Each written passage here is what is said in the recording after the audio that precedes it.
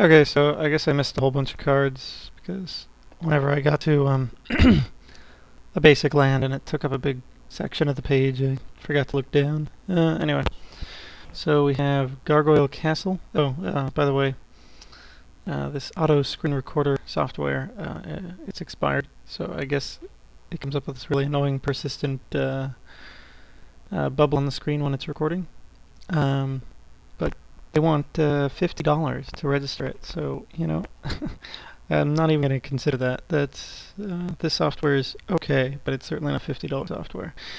Um, I might be willing to pay 20, which I still think I'd be getting owned on because once again, the programming that went into this software is just one millionth of like a program like Windows or any video game that I've ever played, etc. It's ridiculous. So I'm gonna look for more new software, but for now it just seems to come up with this little persistent thing, and I can do this just fine with it. Anyway, if you have any other softwares that are reasonably priced, go ahead and make a comment. Okay, so Gargoyle Castle. It's a new rare. It's kind of interesting. Taps for colorless, so it doesn't get any colors, but it doesn't come into play tapped either. You pay 5 and tap it and sack it to put a 3/4 colorless gargoyle artifact creature token with flying onto the battlefield. Interesting that it's not white, though a lot of gargoyles are black, so it's not bad. I would play it in limited, certainly. I wouldn't mind actually taking it as a mid-range card in limited because you can just throw it in as an extra land, play like an 18 land deck, or 19 if you usually play 18. So that doesn't hurt your consistency at getting your colors. And later in the game, you'll have a 3/4 flying creature to put out. So you need six mana, or this and 5 other lands usually to get this out. Pretty reasonable card. Should be good in control, constructed, and all that. Garrick, reprinted, obviously, bomb. Take it over anything. It'll be worth more. Worth a lot anyway. Giant Growth, always, it's a mid-range pick for me. I'll take really good creatures over it. I'll take removal over it, and then I'll take it if I'm in green. Giant Spider has traditionally been deceptively powerful in the base sets. He's basically at the top end of the creature quality, so I take him really highly.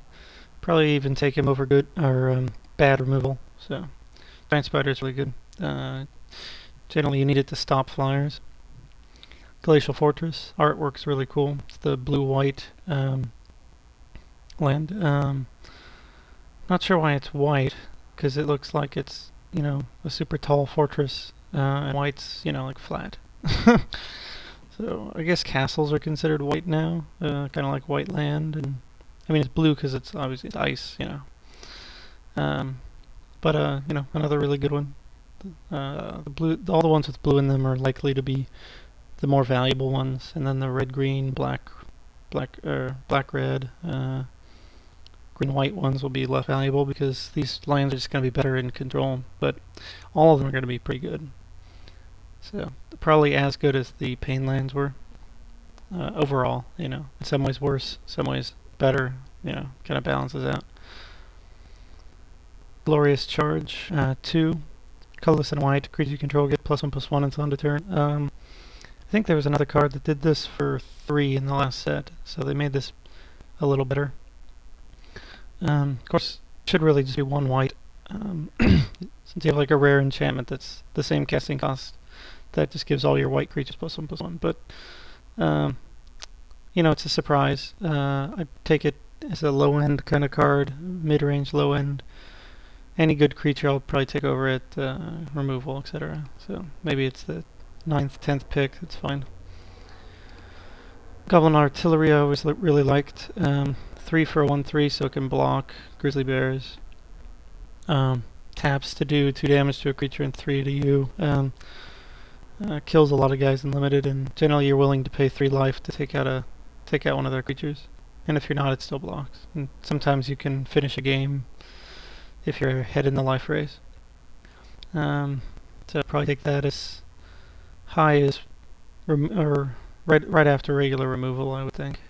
Um, Something like Doomblade or Lightning Bolt's still going to be better, but he's still better than most any solid creature or good creature. Goblin Chieftain is a new Goblin King. He's the goblin of this cycle. When I say cycle, anytime you say a cycle, it's usually this like one of each in each color, you know. So colorless into red for a 2/2 goblin haste. Other goblin creatures you control get +1/+1 and have haste. It's pretty amazing. Similar to Goblin War Chief, instead of making them cost one less, he gives them +1/+1.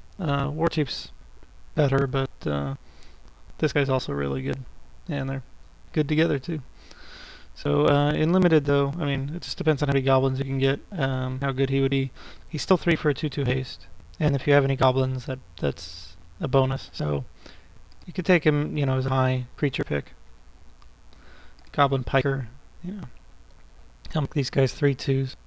Piker's fine in a really aggressive red aggro deck. You can take it as a mid-range creature. Gorgon Flail is a new equipment. 2 to play, 2 to equip. Gives the creature +1/+1 and death touch. It's really not bad.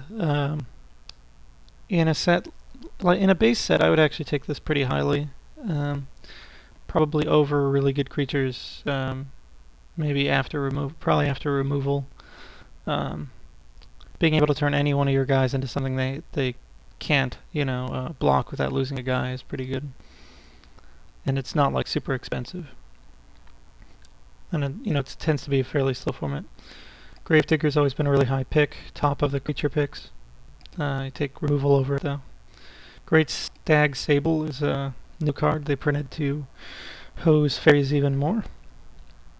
Although fairies aren't going to be along much longer.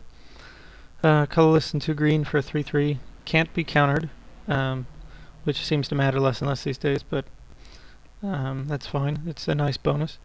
Protection from blue and black, so that's nice. Really cool artwork, though. I imagine if it ever tried to run quickly through those woods, it would start breaking off its antlers. Tail looks really cool. Anyway, in limited, it's protection from 2 colors, so that's nice. So I'd take this at the top of the creature quality.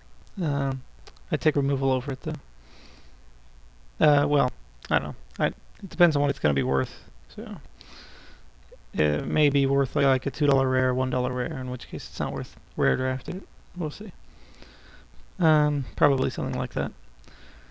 Griffin Sentinel. It's a new card. I guess it's a functional reprint of the Sky Knight something, Legionnaire, something from the last base set that was in another set that I can't remember.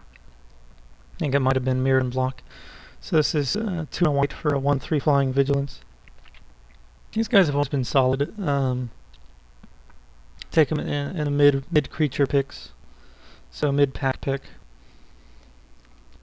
Guardian Seraph is ridiculous. Okay, so 2 and 2 white. It's a new rare. Flying Angel. If a source an opponent controls will deal damage to you, prevent 1 of that damage. So yeah, it's incredible. Take this over almost anything except for Fireball.